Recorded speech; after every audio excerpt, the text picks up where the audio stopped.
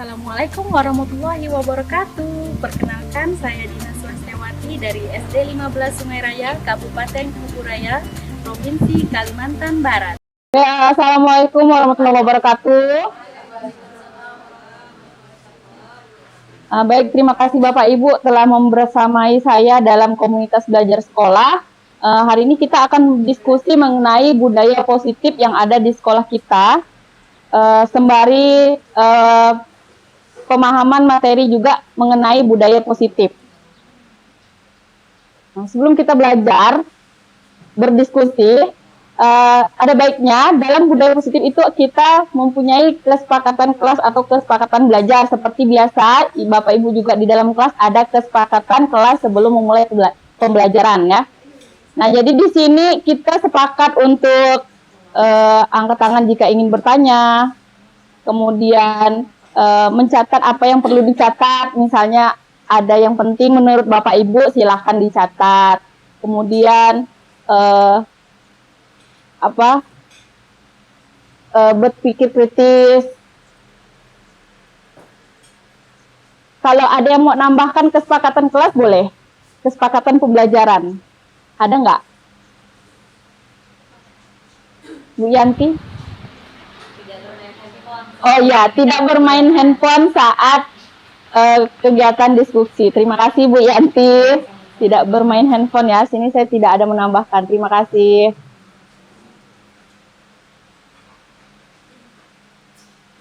Baik. Enggak, ini sekarang, Bu. Ya. Ya. Ya. Ya, kita mengajarkan kepada anak-anak untuk kesepakatan kelas. Jadi kita juga menerapkan.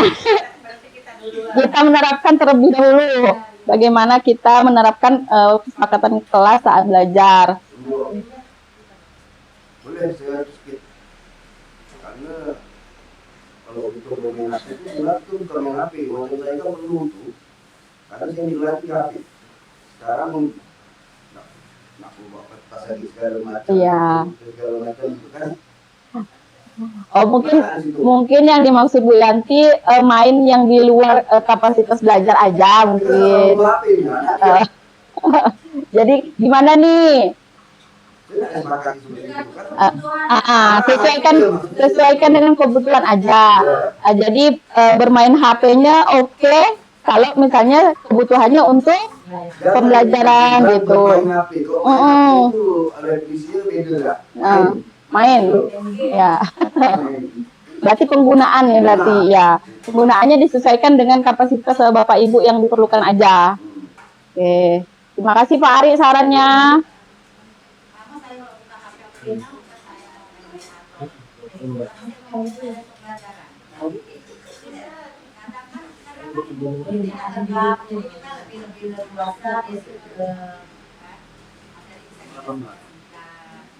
Oke, di sini sebelum masuk ke dalam materi budaya positif, ada 3 pertanyaan pemantik Bapak Ibu. Nah, yang pertama ini, hukuman dapat mendisiplinkan anak, setuju atau tidak? Oke, Bapak Ibu menjawab tidak dengan kompak ya, sama tidak. Kenapa? Boleh berikan alasan? Siapa ya? Siapa ya? Oh boleh, Bu Suwarni. Bu Suwarni mau menyampaikan nih, hukuman dapat mendisiplinkan anak, setuju atau tidak?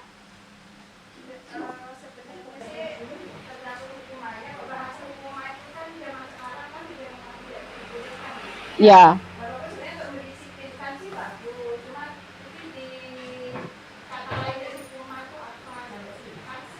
Sanksi.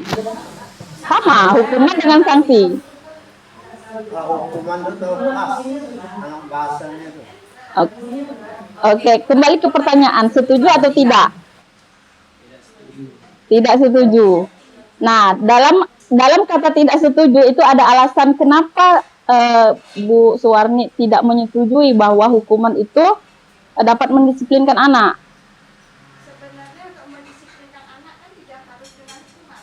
Oh ya, oke. Berarti dengan kata lain bisa mengganti hukuman itu dengan suatu yang lebih bermanfaat untuk anak itu berarti ya. Oke. Kalau hukumannya bersifat positif bagaimana? Bolehlah dicontohkan tuh hukuman bersifat positif. Anak ini kan udah disuruh baca nih. Ya. Kita suruh dia literasi gitu kan, pertama dia bawa pelajaran. Ini tahu dia main gitu ngajukan pertanyaan, dia bisa jawab. Kalau bawah ini bisa. Jadi tetap kita lihat dulu apa sih sebab dia. Oh ternyata dia tidak baca buku tadi. Suruh dia baca buku, dia tidak baca buku, gitu kan? Hukumannya apa? Kita suruh dia baca buku, itu hukuman atau bukan? Hukuman yang positif. Tapi boleh nggak diterapkan gitu? Sebaliknya boleh nggak diterapkan hukuman seperti itu?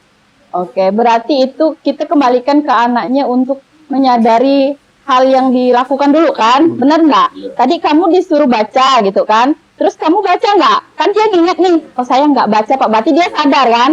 Nah dari kesadaran itu, barulah kita ungkapkan. Nah sekarang kalau udah tahu kamu tidak membaca, apa yang harus kamu lakukan? Nah berarti kan dia nanti akan menyampaikan nih, oh saya harus ngulang baca gitu kan? Nah jadi tanpa kita memerintah untuk menghukum tadi itu, berarti dia nyadar gitu. Itulah masuk dalam restitusi nanti materi kita ya. Jadi berilah hukuman sesuai apa yang ini maksudnya, apa yang dilanggar. Jadi kan tadi tidak baca.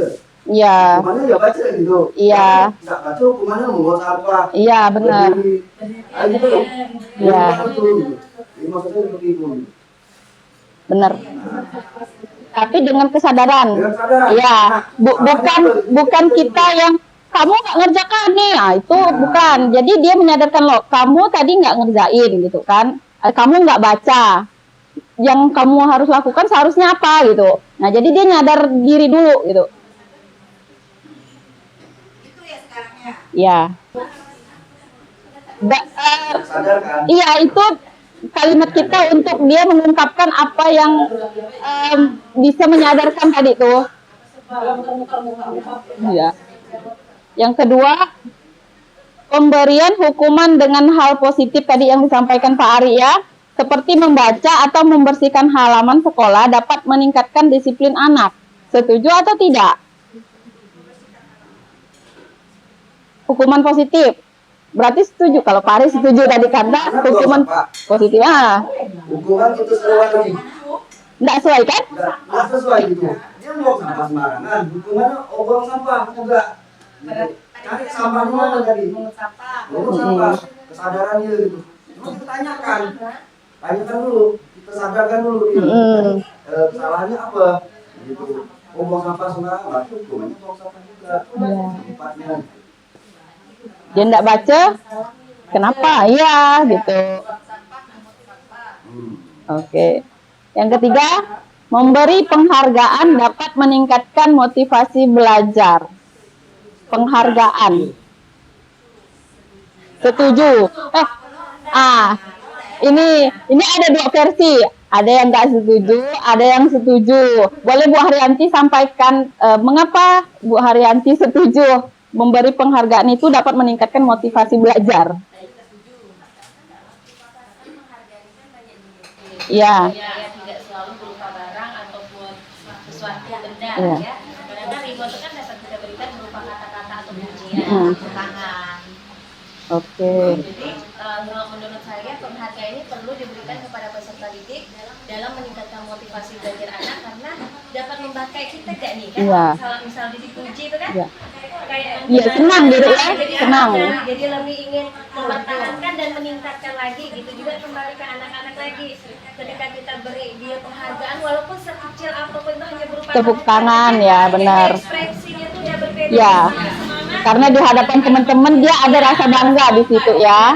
Dan juga bisa tertarik nih maksudnya meminatkan peserta didik lain pengen juga si Ani seperti ini. Benar. Oke, terima kasih Bu Haryanti. Kita kasih tepuk tangan karena Bu Haryanti. Oke, yang bertolak belakang dengan Bu Haryanti ya Pak Edi. Mohon disampaikan kenapa Pak Edi tidak setuju kalau memberikan penghargaan dapat meningkatkan motivasi belajar. Terima kasih Bu Dina. Pembelajaran pada saat ini menekankan pada bukan satu hukuman, tapi kesadaran dari diri siswa. Gitu Oke. kan? Kemudian tentang penghargaan itu memunculkan motivasi dari unsur ekstrinsik. Ekstrinsik. Sedangkan kita pengen Yang intrinsik. Ya. Mohon maaf ya. Ya, lanjut. Mungkin itu kalau dia hadiahnya tidak ada, dia tak belajar. Motivasi dia tidak ada. Kalau dia tanpa hadiah, tapi dia kesadaran loh, kenapa sih saya harus sekolah? Kenapa sih harus saya dapat nilai tinggi? Dari dalam diri mereka sendiri. Oke, berarti yang dimaksud dari Pak Edi ini penghargaan yang bentuknya nyata, nampak dipandang mata anak-anak. Oh, ini saya dapat hadiah gitu ya. Kalau dari Bu Haryanti tadi tidak dalam bentuk materi yang nampak oleh anak-anak gitu ya. Oke. Bukan hadiah, mungkin ini kesadaran dari dalam diri siswa munculkan itu hadiah itu bukan segala-galanya loh. Iya. Jadi penghargaan yang dimaksud Pak Edi ini yang seperti apa? Hadiah dong? Bukan. Apa? Maksud Edi itu tujuan tadi, kalau kita terbiasa mengasih anak itu reward berupa materi ya, berupa materi, anak akan terbiasa dengan hal itu. Kalau tidak ada reward, dia tidak termotivasi untuk belajar, karena tidak adanya kesadaran dirinya sendiri. Kalau kita kasih tepuk tangan kayak dikatakan Bu Haryanti, Karena kita mau tadi kan apresiasi terhadap ya. keberhasilan anak itu kan perlu juga begitu berapresiasi kan. Itu bedanya reward sama apresiasi. Iya. Harus kita bedakan. Maaf Pak Edi, kalau setahu Yanti, Ah. tidak yang muda lihat kuliah, reward itu tidak harus berupa benda ataupun barang. Ya, tadi tuh tepuk tangan. Ya, tepuk tangan kan? Nah, kasih jempol. Ya, apresiasi.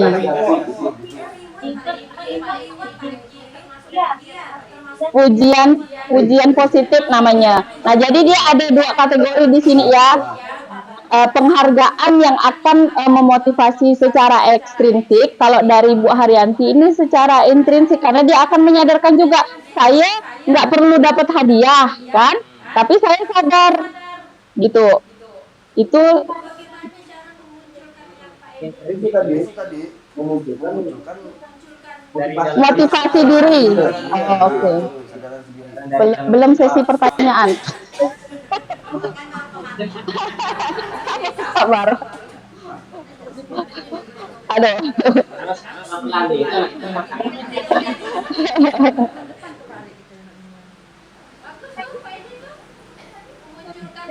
Kesadaran siswa. Motivasi bukan motivasi dari lain, dari Oke. Memunculkannya emang agak sulit. Sama kayak kita restitusi anak kan, buat dia sadar tuh susah Bu, nggak semudah yang kita bayangkan dengan kita mengucapkan ini dia langsung sadar, enggak. Dia harus berulang-ulang kita ungkapkan sesuatu biar dia mengungkapkan apa yang dirasakan gitu. Karena pada dasarnya masa perkembangan peserta didik usia sampai dari umur berapa tuh? 6 sampai 12 tahun itu mereka tuh Masa perkembangan. hal-hal yang abstrak, Ya. yang nyata. Kalau kita memunculkan ini kan ibaratnya kan pola pikirnya udah ada Iya. Kalau sekarang dia butuh konkret ya. PR kita bersama. Bagaimana cara kita memunculkan motivasi dalam diri mereka? Oke. Ini secara makna disiplin berasal dari bahasa Latin disciplina yang artinya belajar. Nah, makna asal dari kata ini berkonotasi dengan disiplin diri dari murid-murid, kemudian disiplin diri membuat orang menggali potensinya menuju sebuah tujuan yang dihargai. Kemudian, namun dalam budaya kita, makna kata disiplin telah berubah menjadi suatu yang dilakukan seseorang pada orang lain untuk mendapatkan kepatuhan. Jadi kalau dia tidak patuh itu tidak disiplin, gitu kan? Itu menurut kita. Padahal disiplin itu maknanya adalah belajar. Kemudian kecenderungan umum adalah menghubungkan kata disiplin dengan ketidaknyamanan, bukan dengan apa yang kita hargai atau pencapaian suatu tujuan mulia. Kayak yang tadi tuh kita disiplin yang membiasakan untuk memberikan apresiasi seperti Bu Aryani sampaikan tadi kan. Nah, kita mau tahunya disiplin nih anak-anak, kamu harus ngerjain PR gitu kan, kalau enggak ini gitu kan. Nah, itu disiplin yang biasa yang pernah kita lakukan gitu kan, yang biasa lah dalam kegiatan umum gitu. Oke, ini ada 3 teori motivasi yang tadi juga disampaikan oleh Pak Edi. Ada motivasi eksternal dan internal ya. Nah, yang pertama ada motivasi eksternal, yaitu untuk menghindari ketidaknyamanan lingkungan, apa yang akan terjadi apabila saya tidak melakukannya. Jadi misal eksternal, tadi itu kita punya sesuatu yang udah kita buat dari luar, misalnya anak nggak ngerjain PR, harus jadinya nanti akan disuruh keluar kelas gitu kan. Nah, jadi itu motivasi eksternal, dia mau mengerjakan PR biar nggak keluar kelas gitu kan. Nah, jadi kita maunya motivasinya itu internal dari dalam diri sendiri gitu, nggak takut dihukum tapi tetap ngerjain PR. Nah, jadi untuk motivasi internal, menghargai diri sendiri. Saya akan menjadi orang seperti apa bila saya melakukannya. Dia tuh lebih ke mencontohkan. Kalau misalnya internal ini, misal buang sampah, kita nyuruh anak jangan buang sembarangan. Anak itu kan butuh contoh konkret nyata gitu kan. Nah, kita pungut aja sampah yang ada depan kita. Kok ibu buang sampah? Ya kan sampah buangnya di mana? Kita bisa sampaikan di situ. Karena kalau anak kelas 1 dia tahu kalau kita ibu buang sampah gitu, dia akan mengikuti tindakan yang kita lakukan.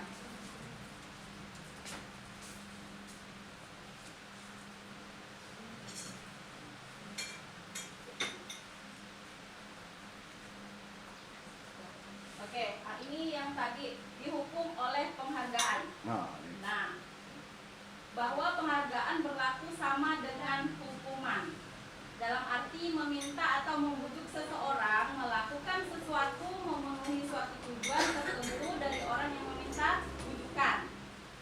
Jadi, misal kita ada anak nangis, kamu kenapa? Kita bujuk lah kan? Padahal itu nggak semestinya kita lakukan kalau misalnya tidak dari kesadaran dia. Nah, jadi itu pengaruhnya jangka pendek. Kita maunya jangka panjang, di mana anak ini sadar, tapi sadarnya nggak sebentar. Minggu depan dia ulang lagi kayak gitu kan. Nah, kemudian penghargaan itu menghukum. Terus penghargaan mengurangi ketepatan dan penghargaan tidak efektif. Dihukum oleh penghargaan menurunkan kualitas. Ya tadi yang disampaikan Pak Edi kan. Jadi anak ini belajar matematika misalnya, hari ini dia dapat hadiah nih karena dia udah bisa gitu kan. Tapi karena dia udah bangga dengan dia dapat hadiah sekali, lalu menurun. Karena minggu depan nggak ada, Pak Edi nggak siapin hadiah gitu kan. Nah, jadi penghargaan menurunkan kualitas dari si anak sendiri.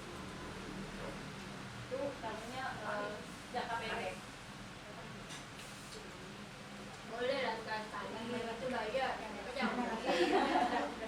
Nggak boleh Bu, kalau sekali ya dimulai, nanti dia tuh kok nggak mau hadiah hari ini gitu. Nah, karena jangan dirasakan.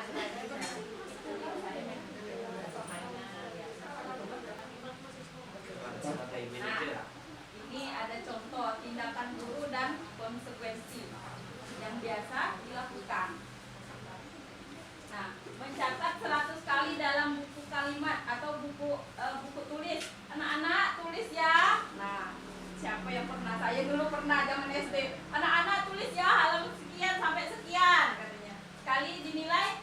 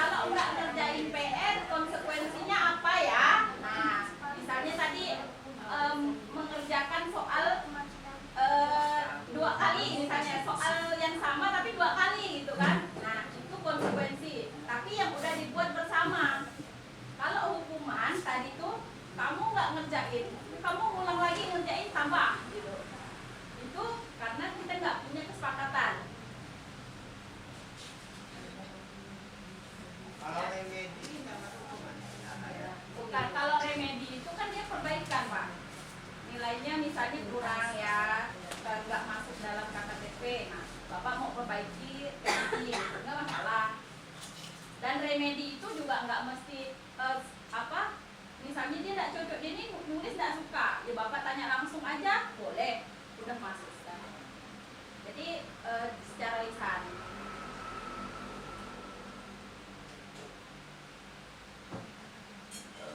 Nah, perbedaan hukuman dengan konsekuensi. Kalau hukuman sesuatu yang menyakitkan harus terjadi. Kalau konsekuensi sesuatu harus terjadi. Yang tadi yang saya maksudkan itu karena kita sudah sepakat kan dengan yang kita buat. Jadi dia harus laksanakan. Nah, kalau hukuman ini kita yang berikan satu pihak. Gitu. Boleh membuat anak sakit kalau hukuman kan suruh lari lah gitu kan biasa. Kalau misalnya konsekuensi membuat anak merasa tidak nyaman dalam jangka waktu pendek. Kalau hukuman dalam waktu jangka panjang.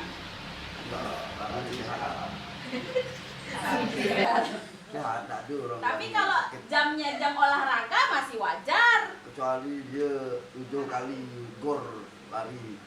Ya, kalau larinya jam olahraga ya wajar sih Pak. Enggak, kalau tadi kita menyesuaikan Bu Mega. Kalau misalnya dia nggak ngerjain PR, masa hukumannya lari? Ah itu dia. Ya, Jadi jangan sampai kita buat besoknya belum Pak. bukan hukuman nama konsekuensi Ya. apa gitu. Lupa Bu besoknya. Konsekuensi itu ada kesepakatan. Kita sepakat loh ini. Antara beberapa pihak. Iya. Iya. Sepakati. Mereka setuju nggak dengan hal itu? Kesepakatan pun tidak boleh. Tapi harusnya resolusi. Nah, itu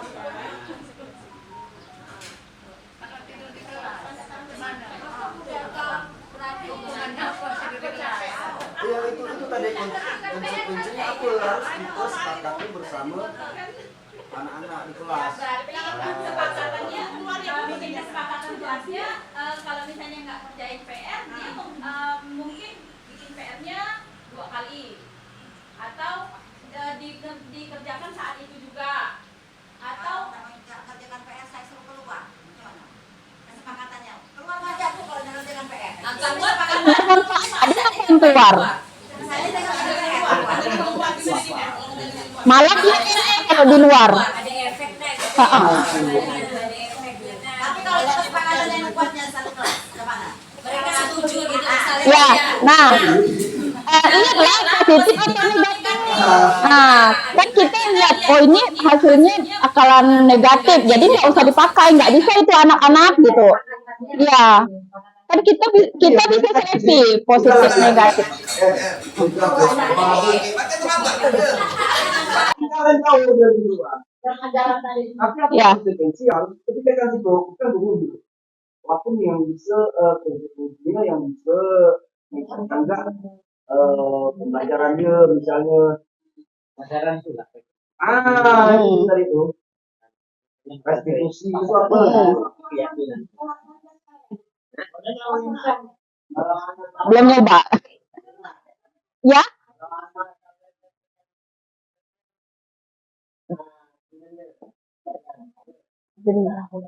Denda. Mungkin nggak boleh lah denda. Iya. Tapi kalau di sekolah ponak saya itu saya dia ada kesepakatan kelas. Jadi kalau misalnya anak itu mereka kan ada dari 2000 minumnya berdiri. Oh. Betul. Minum berdiri atau misalnya di bangku dari nanti ada nanti dia duduk tidak. Heeh. Kesepakatan mereka tidak karena anak itu perempuan nanti dia akan takut. Oke. Denda. Apa nanti? Itu dia. Ah, fungsinya. Itu dia. Heeh. Tapi enggak ada di kelas. Saya bayar jalan Bu katanya. Enggak sadar dia. Iya, saya bayar karena dia banyak duit tadi tuh, dikasih jajan banyak. Saya bayar enggak katanya. Nah, berarti Ya untuk saya bayaran. Ini hati gitu tentang bayar enggak katanya. Dari tahun tiket bayar enggak. Iya. Nah, kami enggak pikir bu kami mau balik ya, bayar katanya. Padahal itu enggak berarti balikin lagi kita. Nah, kita balikkan ke kesepakatan awal. Ini enggak kan namanya sepakat tuh kan enggak mesti di awal terus-terus gitu, enggak diubah-ubah. Kan kita refleksi lagi. Nah, di seminggu atau 2 minggu ada apa namanya tidak sesuai dengan kesepakatan, bahas lagi. Gitu kan dibahas, ini kenapa kalian tidak bertanggung jawab dengan kesepakatan yang sudah dibuat? Apakah perlu diganti ataukah tidak sesuai sekarang gitu. Nah, Jadi intinya itu punya kesepakatan itu berarti tidak bisa memberikan semuanya kepada enggak lah, kita guru iya harus membimbing. membimbing. Iya, benar. Harus iya, harus bisa menyeleksi. Kan enggak sembarangan juga.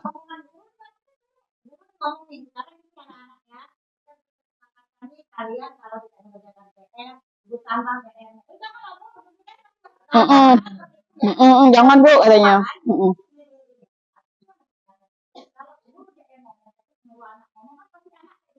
Ya, tambahkan. Iya.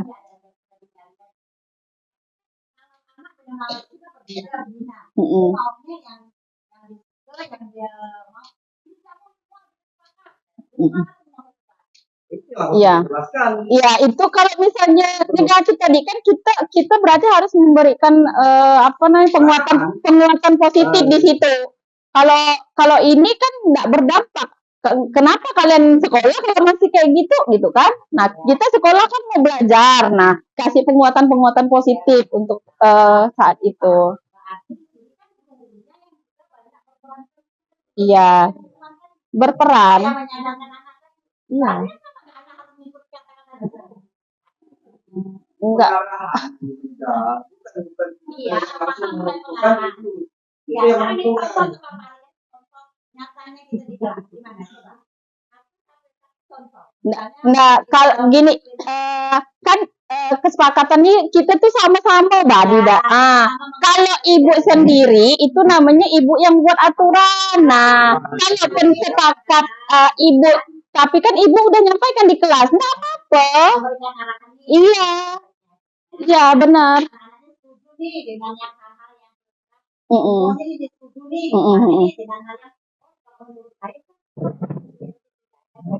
Iya. Iya. Gini, Bu, misalnya banyak keluarga yang tapi akhirnya karena jadi hubungan takut, pasti ada rasa sesuai jalan. Tapi hati nuraninya sebenarnya enggak juga. Itu baru saya sampai Iya. untuk intriksinya pun belum yakin dia dengan hal kayak itu dia bisa sadar kan.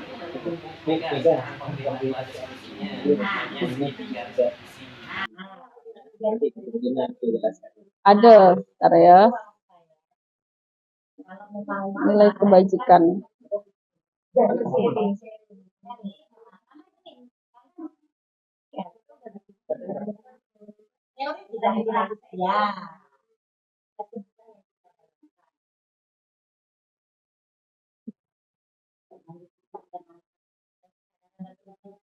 Oke.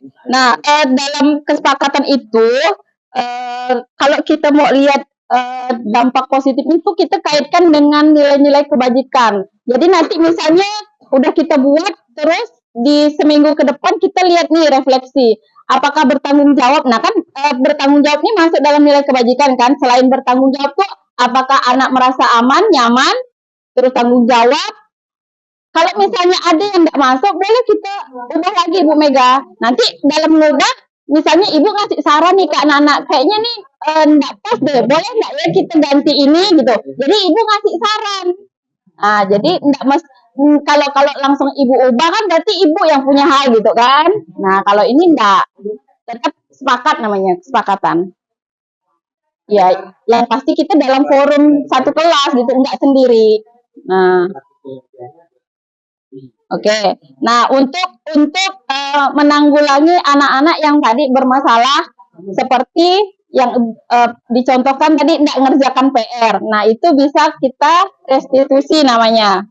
Nah, restitusi adalah proses menciptakan kondisi bagi murid untuk memperbaiki kesalahan mereka. Yang disampaikan oleh Pak Edi tadi, restitusi. Nah, dia ada 3 proses namanya segitiga restitusi.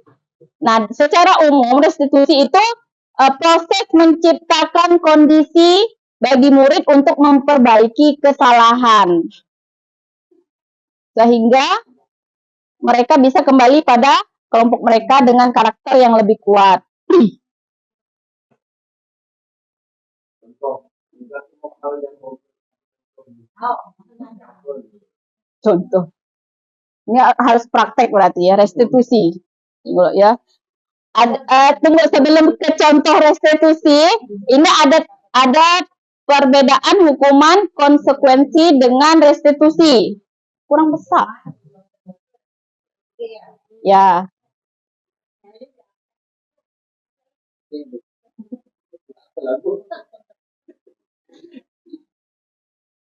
Sesuai ekspektasi di atas.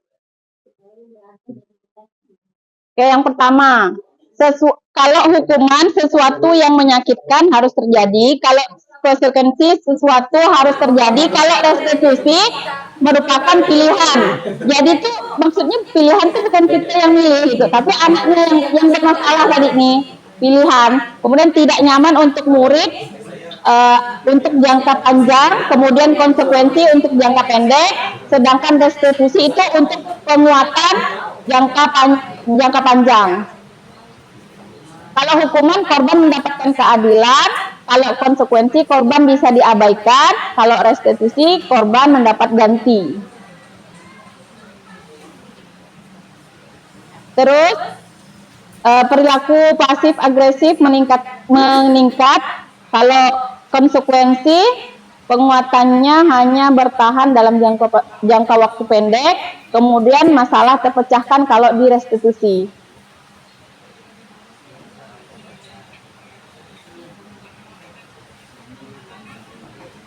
Kalau hukuman, murid atau anak membenci peraturan.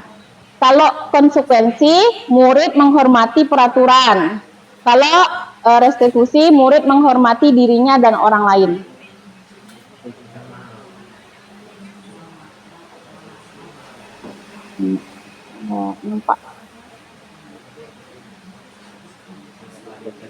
Oke, nah ini adalah ciri-ciri restitusi.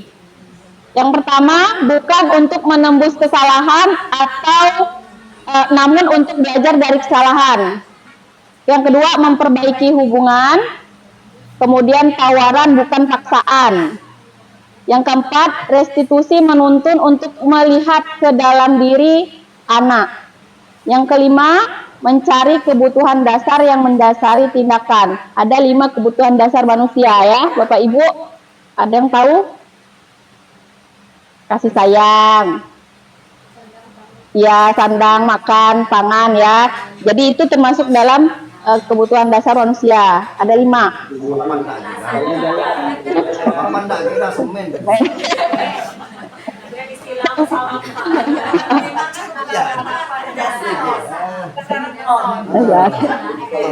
Yang keenam, restitusi diri adalah cara yang paling baik. Maksudnya restitusi diri. Bapak Ibu juga bisa restitusi diri dengan refleksi ya. Kemudian yang ketujuh, restitusi fokus pada karakter bukan tindakan. Kemudian restitusi fokus pada solusi, bukan benar atau salah. Yang kesembilan, restitusi mengembalikan murid yang berbuat salah pada kelompoknya. Jadi kadang kalau anak udah buat salah tuh dia kayak minder gitu kan. Nah kalau ini enggak, restitusi. Ada yang mau berperan langsung?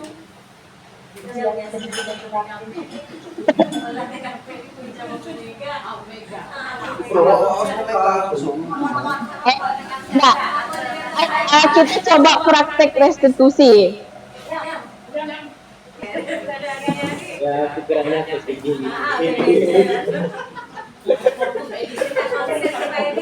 Kurang lebih ke kita kan nih, tak boleh Iya. Nah, segitiga bermuda. Nah, ya. Itu Kasih nilai anaknya sesuai dengan kemampuan anak. iya. Kalau ulang tahun beda Bu Mor. Ulang tahun Itu kan STP tahun. kesadaran. Bukan ini kan harus dalam kesadaran. Kalau kita minta itu kesadaran. Iya. Bukan minta. Oke. Nah, ini segitiga restitusi. Jadi ada 3 tahapan yang perlu kita lewati dalam restitusi. Yang pertama adalah validasi, menstabilkan identitas. Jadi misalnya di sini siapa yang mau salah, yang jadi Bu Mega salah siapa ya? Wanita kan pernah salah. Pernah salah.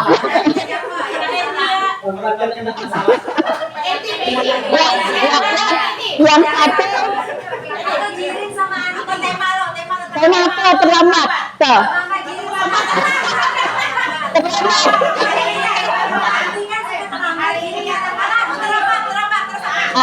Bu Mega terlambat. Gurunya siapa Pak Jul? Iya, gurunya Pak Jul.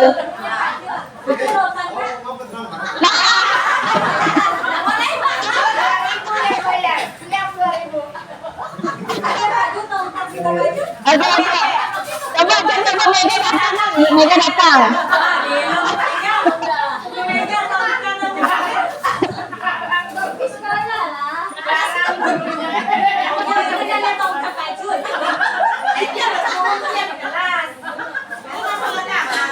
Mega datang. Assalamualaikum. Ya. Aja dari kelas.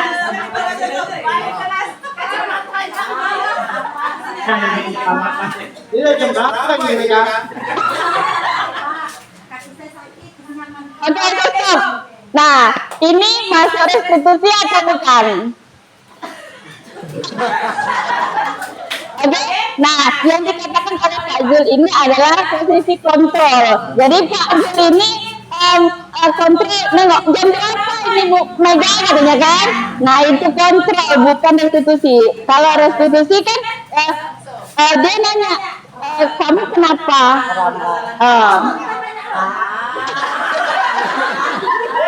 Iya. Oke, nah jadi kenapa Bu Mega jelaskan kan? Saya terlambat gini-gini. Nggak apa-apa, apa maksudnya menstabilkan. Tidak salah kalau kamu terlambat, tapi ada tapinya tidak.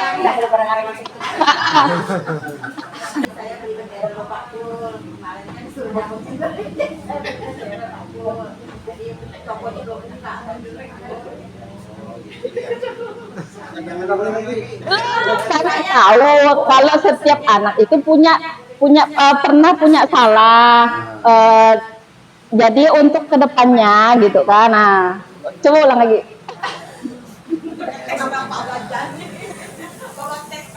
Anak-anak itu pasti ada berbuat salah.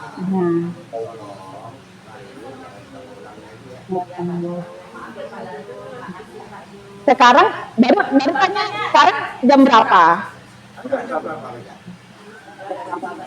Nah, kalau aturan sekolah maksudnya jam berapa?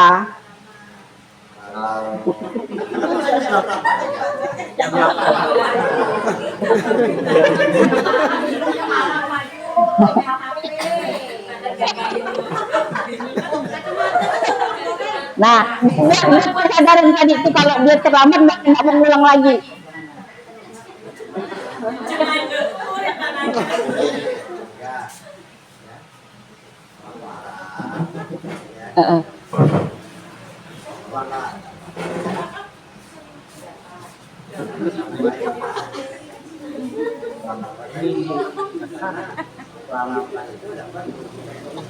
Iya, ketinggalan.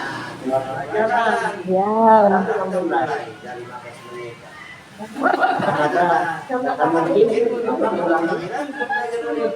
Iya, benar. Oke. Jadi ingat nggak kesepakatan kita kalau terlambat gimana ada?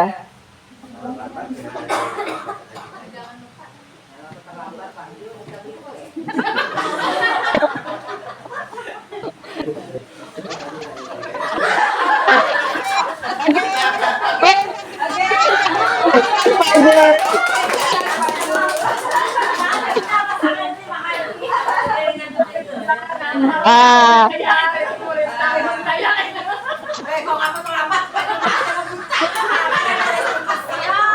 itu kontrol.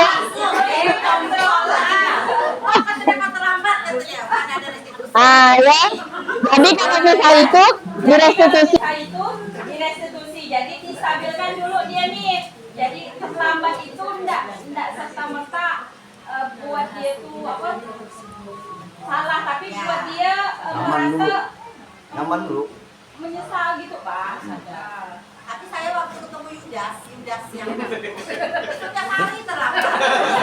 Jadi saya tak berharap nih kalau ditanya kenapa kamu Yudas tidurnya malam ke, enggak Bu, saya tidur awal, saya kesiangan Bu gitu.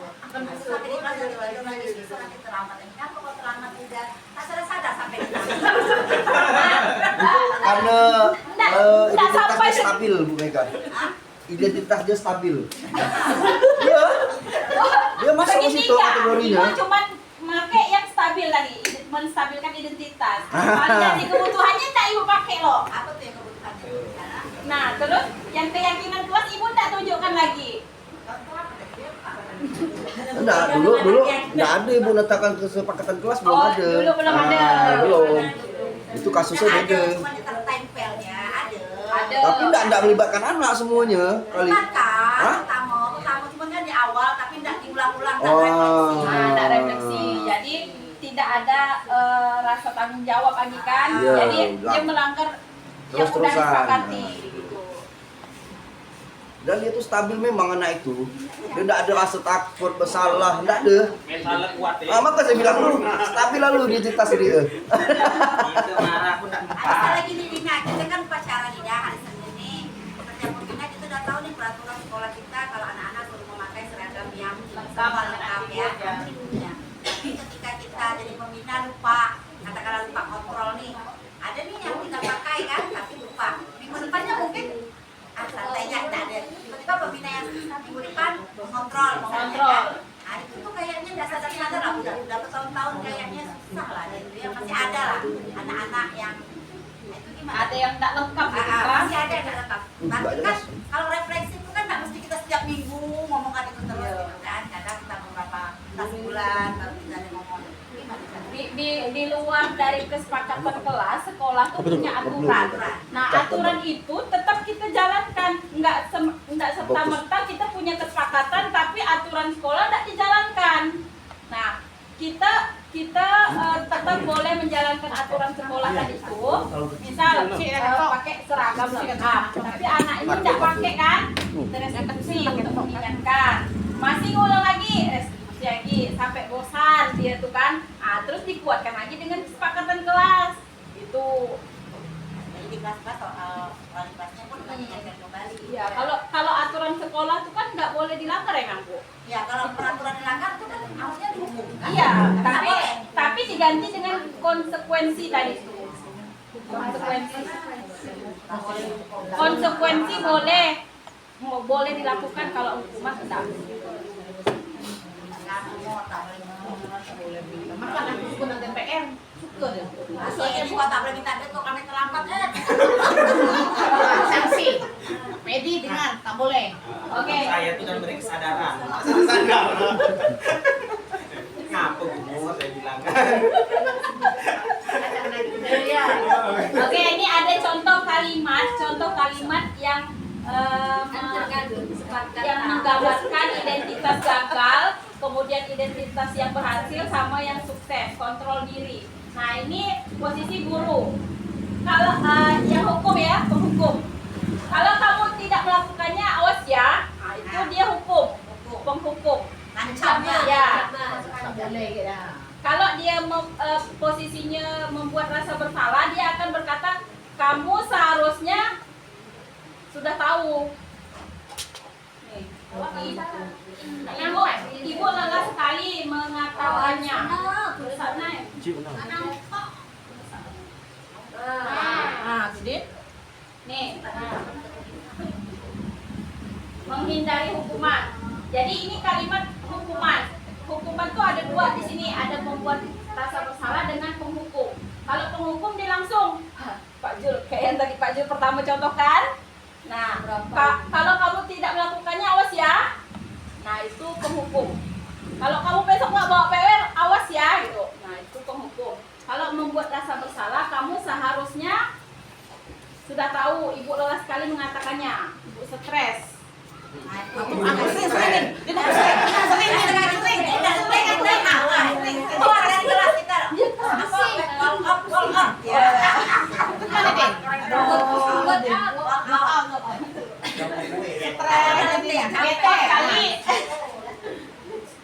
Oke, nah ini kalau posisinya Bapak Ibu sebagai teman atau pemantau kepada anak-anak.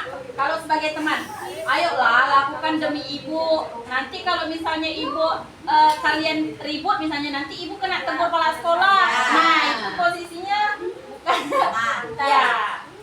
Terus Saya sering kayak gitu. bantulah ibu, tolonglah ya kan. Nanti ibu kena Marah marah. wali kelasnya kalau enggak diganti wali kelasnya. Itulah Lain cara terakhir. lain victim. Nah, terus kalau pemantau, apa peraturannya? Jadi anak tuh suruh ingat peraturan sekolah. Apa peraturannya? Mantau ya, mengingatkan gitu kan. Kita punya peraturan. Pemantau.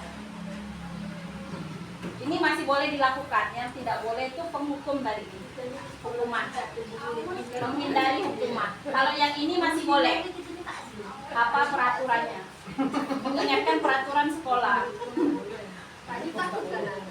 Nah, yang sangat dianjurkan yang ini, menghargai diri sendiri. Jadi perkataan guru, apa yang kita yakini? Maksudnya apa yang kita sepakati? Oh, materi saya ini yang apa budaknya masih enggak ada.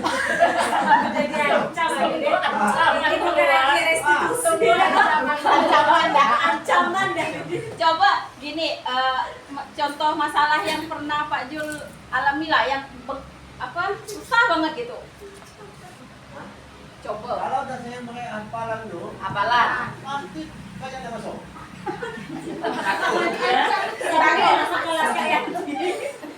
Pasti itu izin dia kan, sakit katanya. Ya.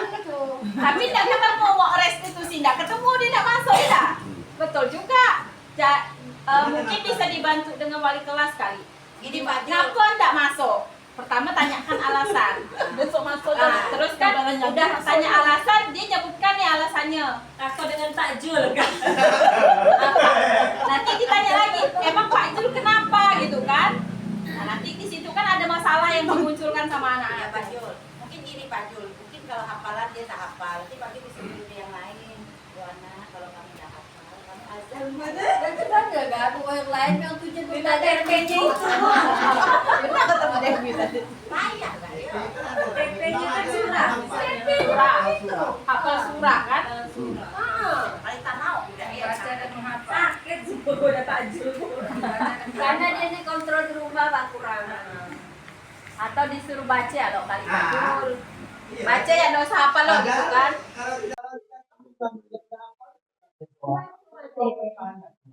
Baca kan kayak model siapa yang paling parah gitu kan, nggak bisa sama sekali kan, ngapa ya kita baca. Cuma ada hal yang nggak bisa diselesaikan dengan segala macam metode restitusi, tahap ada hal-hal seperti itu Iya. yang harus solusinya.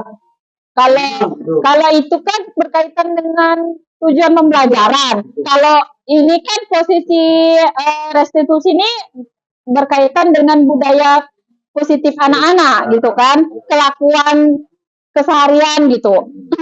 Kalau dalam tujuan pembelajaran balik lagi berarti kita coba dengan metode yang lebih tepat untuk anak itu gitu. mungkin dia nggak HP atau kita pakai kartu kata, atau misalnya surah apa gitu kan pakai ayat. Kita penggal kita pakai kartu. Berarti anak ini takutnya dengan takjil. Cuman ini ada yang mau diskusi tentang gimana anak ini biar nggak takut sama Pak Jul. Bu Mega kali saran.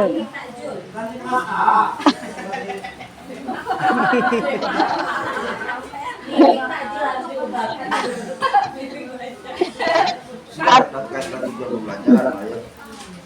Beda dengan kalau saya kemarin, jadi anak-anak main hujan, itu saya masuk setengah separuh baju. Ini kering, bawah basah semua. Basah gitu loh basah. Yang bukan ini kan. Kasih geram gitu kan. Dulu kan gitu. Jadi asal kalau kayak gitu kan, bakaskan. Jadi tahu nggak kesalahannya apa? Yang lain yang nggak main air kan nggak ada waktu. Masuk kelas. Sementara main ini kan kelasnya belakang. Oh nyambil lah.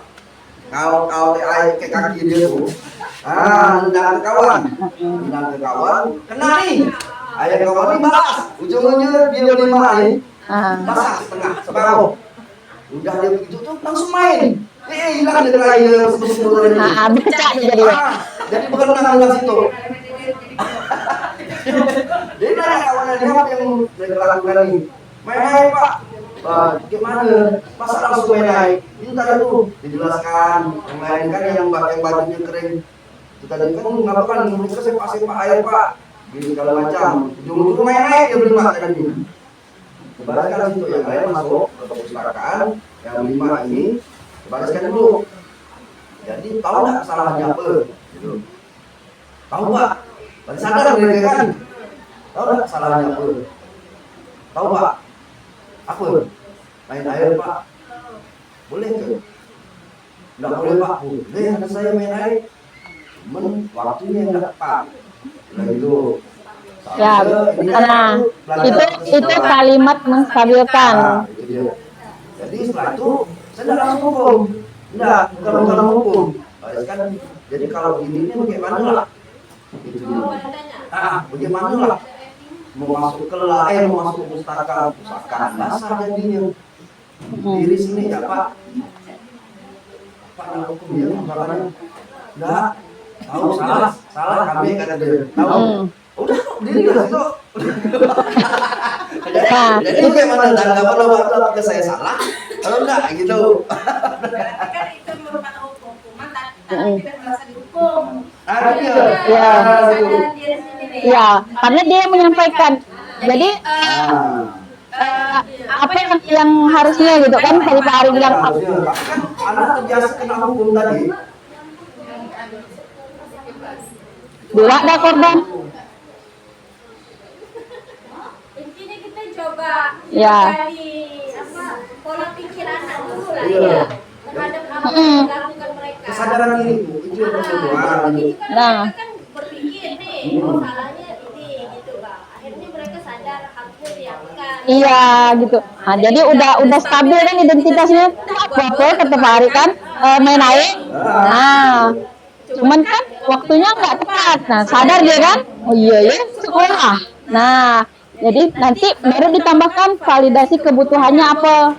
Oh, kebutuhan anak tadi ini kan harusnya di olahraga ngapain? Nah, dia mikir seorang akhirnya nggak lah Pak, kami berdiri ke sini gitu. Nah, jadi kita nggak hukum dia, tapi dia cari solusi untuk menebus kesalahannya gitu. Itu salah satu contoh sih. Misalnya kalau kita kalau mau masuk nih Basah, basah Pak. Nah gitu. Jadi gimana? Solusinya apa? Kami berdiri ya Pak. Itu ngomong diri. Nah gitu. Dia hukum diri dia sendiri. Berarti kan dia tuh sadar itu kesalahan dia. Jemurlah sekalian ya. Berjemur siang sore itu Pak. Nah, nanti udah di akhir baru menanyakan keyakinan lagi.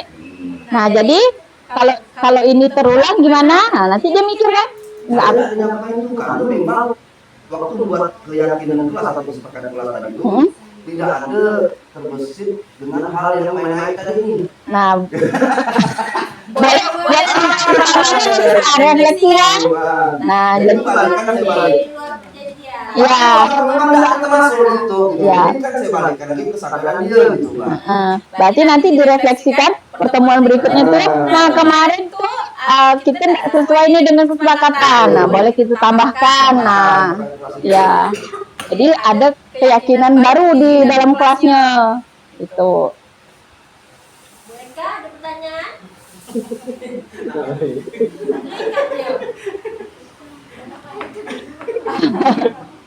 Pak Jirin, Bapak Ibu boleh bertanya berkaitan dengan budaya positif. tahu-tahu dulu.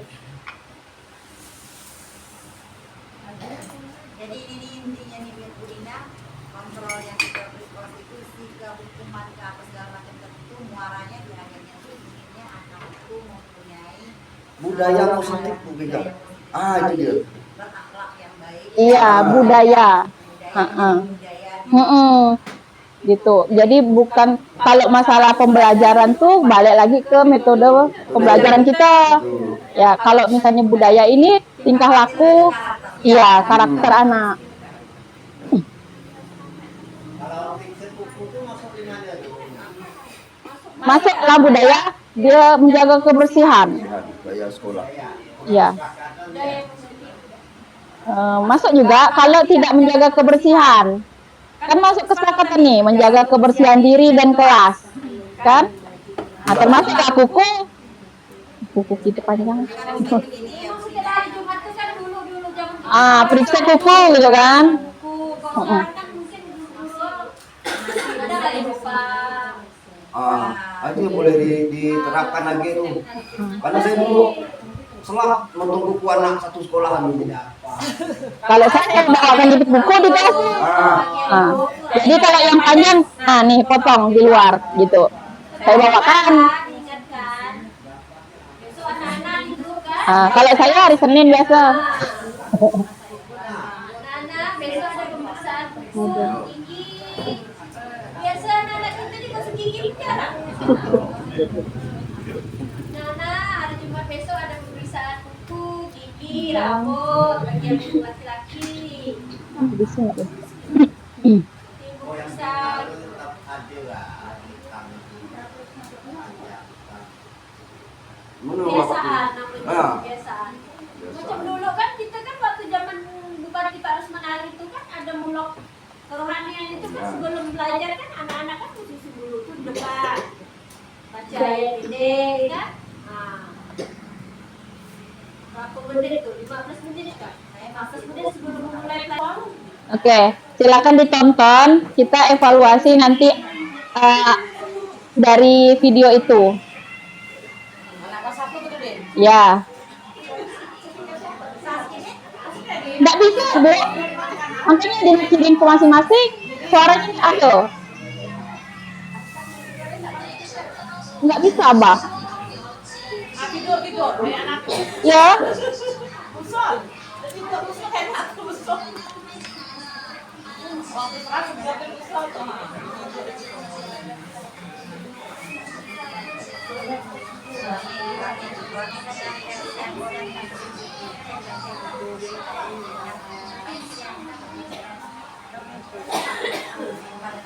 Nah, ini di bagian dia panggil orang tua.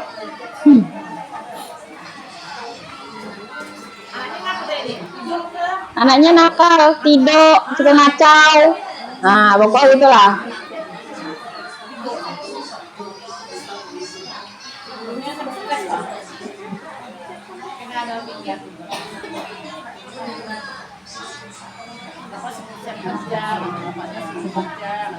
Ada enggak orang tua kalau dipanggil kayak gitu bilangnya?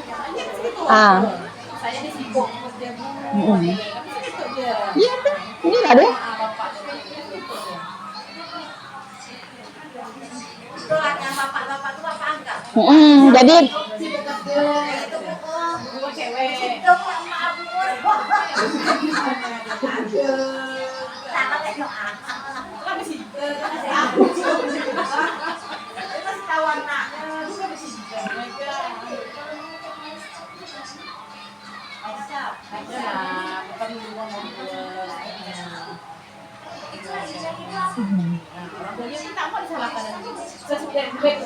Ah.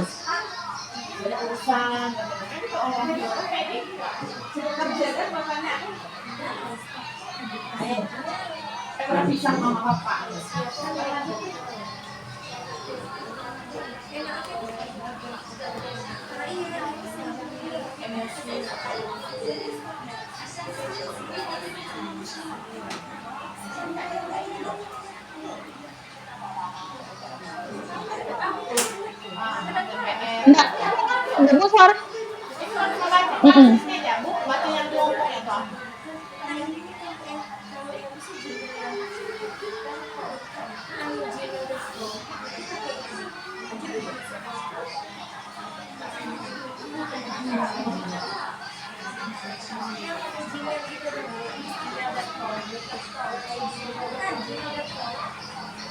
Hmm.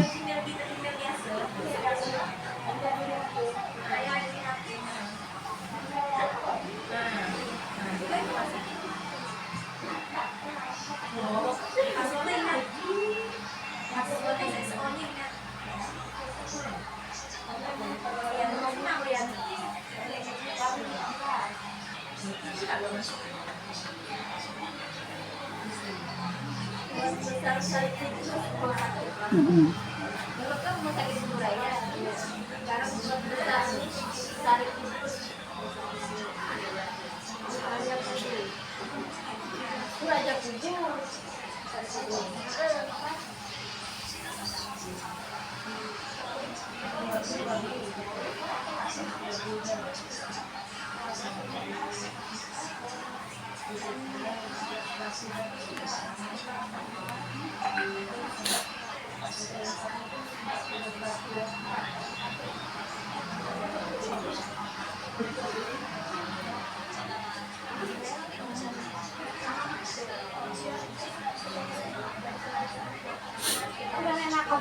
Iya, jadi tidak nakal.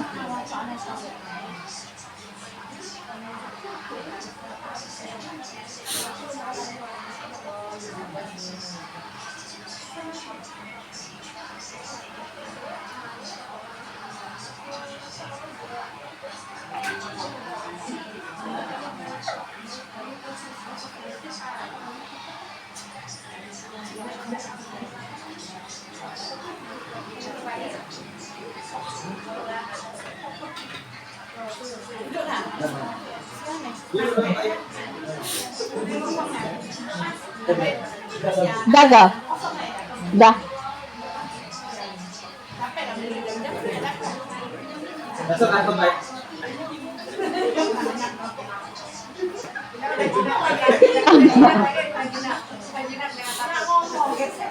Jangan takut Pak lagi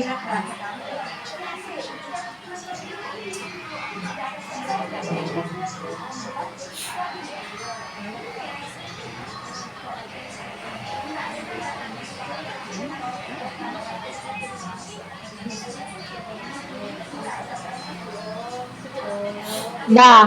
Hadirin, bolehlah bantu apa yang sudah kamu tonton. Boleh. Pertama masalahnya loh. Masalah yang dihadapi ini apa?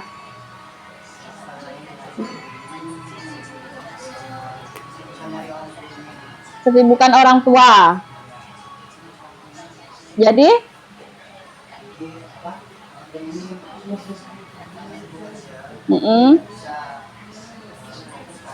nggak bisa fokus ke anaknya. Jadilah anaknya nakal tadi tuh. Ya. Suka ganggu teman, suka nggak ngerjain PR. Ya, kata ibu gurunya ya tadi. Nah, yang diberikan solusi oleh ibu gurunya apa?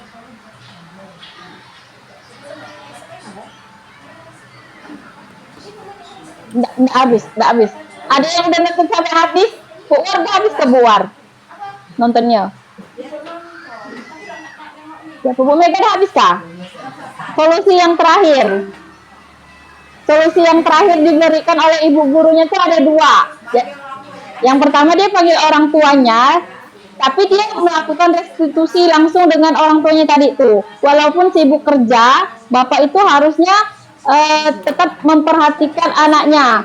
Apa gunanya bapak itu kerja mencari uang kalau suatu saat tidak bermanfaat kerjaan itu? Kalau sudah tiada, gimana maksud ibunya tadi kan? Kalau udah tidak ada, apa gunanya kerja katanya kan?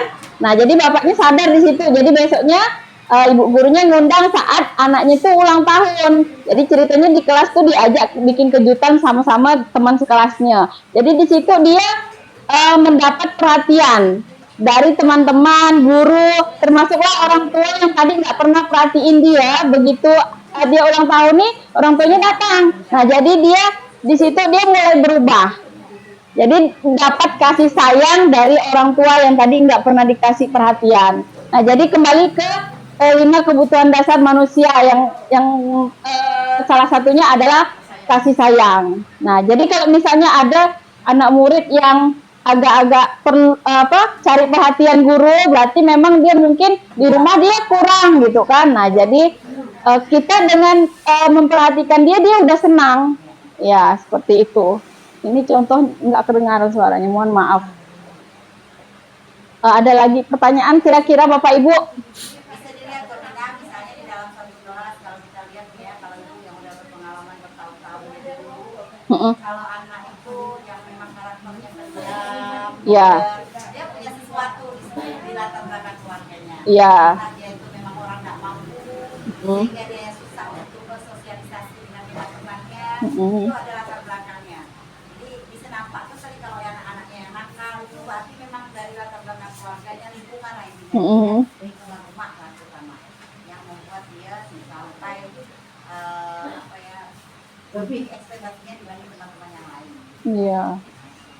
Kalau rata-rata sih memang banyak anak itu banyak. Kalau saya saat ini banyak sih dan dia minder seperti ya Bu Novia, Afrika, ya Pak Edi, ya mananya. Ya saya rasa dia minder, dia jauh. Kayak kemarin saya pernah ketemu Intan. Iya, kan agak itu dia, Temannya ini kan, itu karena ada latar belakang keluarga yang Iya. memang tugas guru supaya bagaimana anak itu bisa bergabung. Iya, itu tadi bisa kembali ke dalam kelompoknya lagi gitu kan. Dia kan tadi ini merasa dia tuh nggak cocok di situ, dia minder keluar dari kelompok dia tuh kan.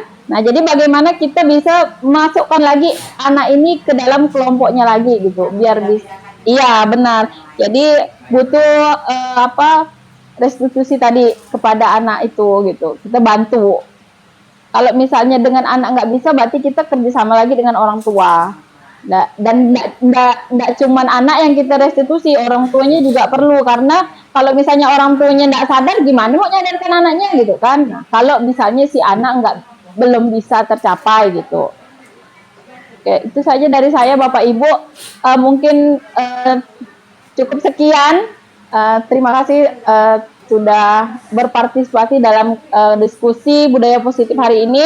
Saya tutup dan saya akhiri. Assalamualaikum warahmatullahi wabarakatuh.